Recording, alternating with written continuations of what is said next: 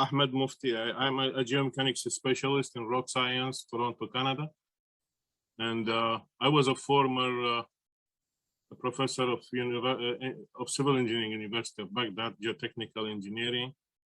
I had many PhD, MSc students, more than 35 years in geotechnical engineering. I worked in more than 7 countries. I had more than maybe 100 iconic projects. You can follow me in LinkedIn, Facebook, and Rock Science website. Hopefully, the presentation will be interesting. Well, I'm not the first and not the last one who tried to do an assessment for the slope stability of Mosul Dam. One of the researchers who did this job is Dr. Sohail himself. So, but maybe I'm the first Iraqi who did this before. I did 2 studies on Mosul Dam.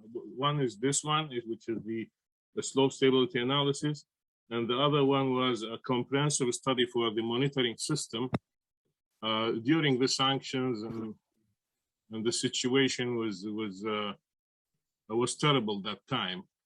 And I think after the war, the situation became even more terrible until the last program of the grouting. And I heard that the monitoring system has been changed and replaced, and hopefully the records are being taken perfectly now.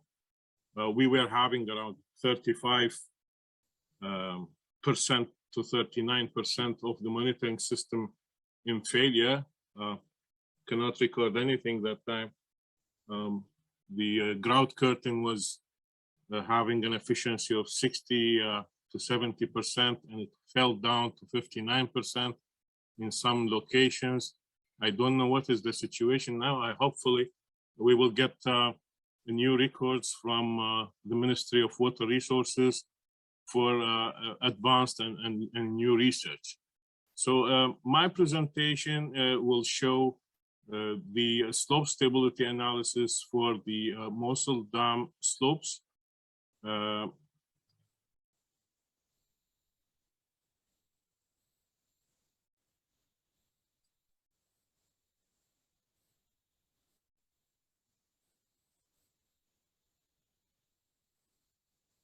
In static and dynamic conditions under seismic conditions, but the seismic conditions are analyzed as pseudostatic, which is very popular in slope stability analysis. The goal of the study is to check the stability of critical sections of Mosul Dam, and as I said, the study was made of two parts. The first part is finished study of slope stability analysis, and I used ordinary method of slices, which is called also the Swedish circle or Fellinius method, and simplified Bishop method. In the other part of the study, it is an ongoing study. We are trying to apply a rock science very popular program, which is called Slide 2, which has more methods that you can apply. And these methods, in addition to the 2 ones that I have already done before. So these are the Yambu simplified method, Yambu corrected method, Spencer method, the corps of engineer methods, number 1 and 2, also the general limit equilibrium method, which is also called Mangoston Price method, and Sarma vertical slices method. In slide 2, of course, you can apply some factors for the seismic analysis, and we did that also in the first study. You can see it in the next slides. Most of you know what are the equations for the factor of safety and the method of slices. These are the terms or the parameters used in the method of slices. The most important for me here to know is the seismic coefficient, and the angles alpha and beta for the slope. Beta is for the slope of the dam, and alpha is for the slope of the bottom of the slice. You can see them here, and you can see the forces acting on each slice. And this is a seismic force, which is a coefficient of acceleration multiplied by the weight of the slice, and usually is put in the direction of the failure. And you can apply also for vertical direction the coefficient of vertical acceleration. This is a coefficient that defines the acceleration of the earthquake through K times G, with G is the gravitational acceleration.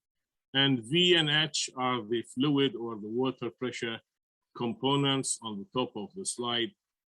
These are different from normal slopes, because here we have possibility of that the reservoir is full of water.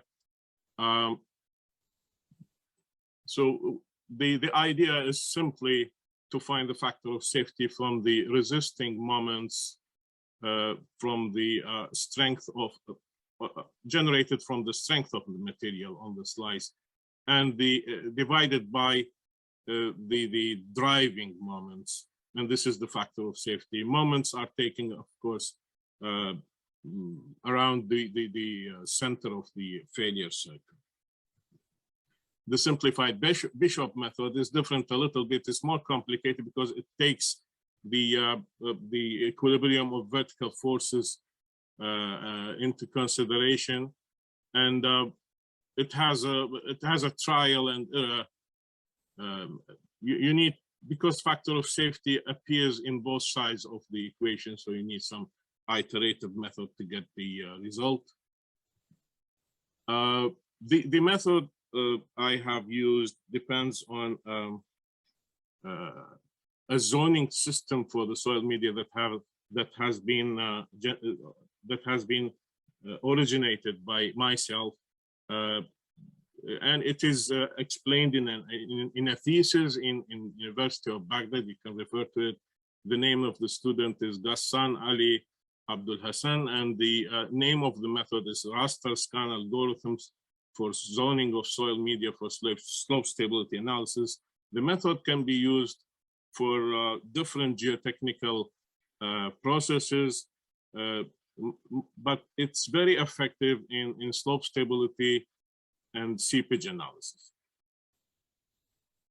I would not go into details of this method because it's not my goal here. But width of the slices, you can choose any width you like, but usually as a smaller the slices, the more accurate the result. Seepage analysis, as I said, can be performed, but in our case, the wide shell of the Mosul Dam leaves, and the high permeability of the shell leaves the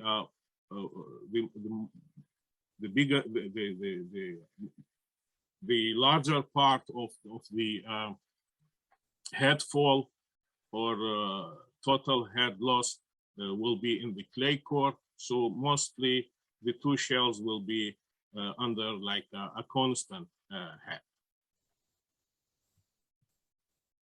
The seismic coefficients in design of the Swiss consultant was taken as 0.1. I think 0.15 also was used, but I'm not sure very much. It's a long time. I'm not having those documents on the hand, but let's say the design was based on 0.15 in the horizontal direction and 0.1 in the vertical direction, and this is corresponding to a Richter magnitude of the earthquake as 5.5 to 6, and the Mercalli scale of 8 to 9. So we need to be careful about these figures.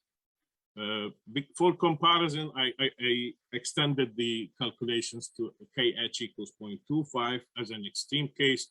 This corresponds, of course, to a higher magnitude in Richter scale. the hydrodynamic pressure of the water has been also considered. The simplest way to present the hydrodynamic pressure on the dam surface is this equation. So the hydrodynamic pressure equals the hydrostatic pressure multiplied by 1 plus minus Kw. Kw is a coefficient that is found by analysis, and the plus and minus should be chosen to give you the worst case for the factor of safety. Of course, when you have a full reservoir and you have a hydrodynamic pressure, you should use the minus sign to get a lower water pressure on the slices. عفوا دكتور، باقي دقيقتين إذا ممكن شوية تسرع بالتقديم رجاء. The finite element method used by Dr. Rafi al-Suhaili in 1999 found used the horizontal acceleration of 0.15 and 0.1 to get the hydrodynamic pressure. I compared that with Zagner method 1952 as well, and the pressure will be distributed in something like this. This is the additional hydrodynamic pressure, but this will be deducted in our case instead of addition. And I chose two factors for Kw, 0.04 and 0.08 for 4 sections of the dam at chainage 3,200, 3,000, 2,700, 2,400. And these bed lakes are corresponding to these chainages. The water level in the dam was taken as 330 and 325. And the water level empty reservoir was taken as 283. Water level at the toe side was taken as 256. And my search steps were 1 meter by 1 meter with a radius steps of 5 meters. This is how the chainage 3,200 reservoir full upstream side failure circle looked like. See, it's here in this face. When the reservoir is checked on, when the dam is checked on the downstream, the failure circle is here. And when you have an empty reservoir in the upstream, the failure circle goes down with the water and leaves the top part safe. The soil properties has been taken from the documents in the dam. And they were summarized also by Dr. Suhail Khattab, 2008. You can refer to his paper as well. And these are the summary of the factors of safety I obtained. The downstream case for all cases was safe. The upstream for empty reservoir was safe for most cases. But of course, in Felinius method, we can find failures, but the Bishop method was safe. So and it's more accurate, so we can depend on that one. The upstream in full reservoir has shown failure in both methods when you use Bishop or you use Felinius with 0.25 acceleration coefficient. My conclusions for the first study, the empty reservoirs case, as I said, they were safe. But in the case where you have a 0.25 G as a K value and 330, 325 water levels is not safe. My recommendation is not to extend the water level above 320 if a value of 0.25 G is expected. And also I would prefer to have a comprehensive program for the testing of materials for all the reservoir bed and dam foundation and dam itself. The second study, which is ongoing now, it's based on slide 2.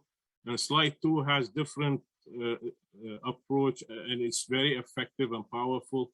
You can apply many scenarios in the same time. You can solve for steady water seepage, transient water analysis.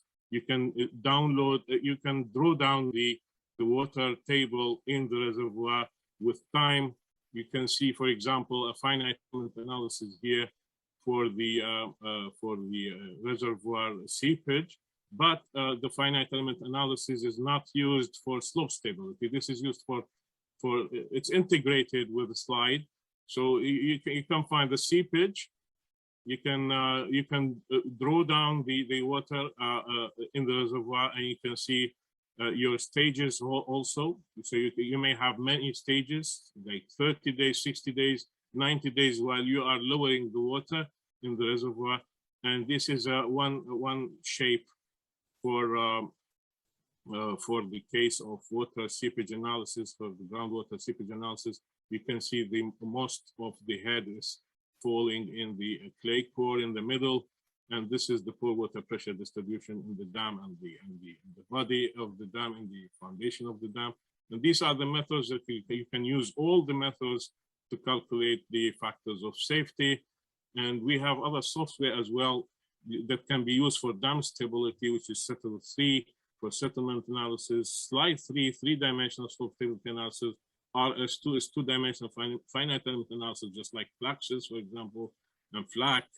RS3 is the most important one, which is three-dimensional finite element. So if we have the total area of the dam with all the beds and layers of the soil and the rocks and the properties, we can have, with the monitoring system, calibrating this analysis and getting a safe result every time we want to run for the whole area. It's not only the dam body, you have the saddle dam, you have the slopes around the lake. The slope on the left bank was having cracks many years ago. These things should be very well monitored. Thank you very much for your time.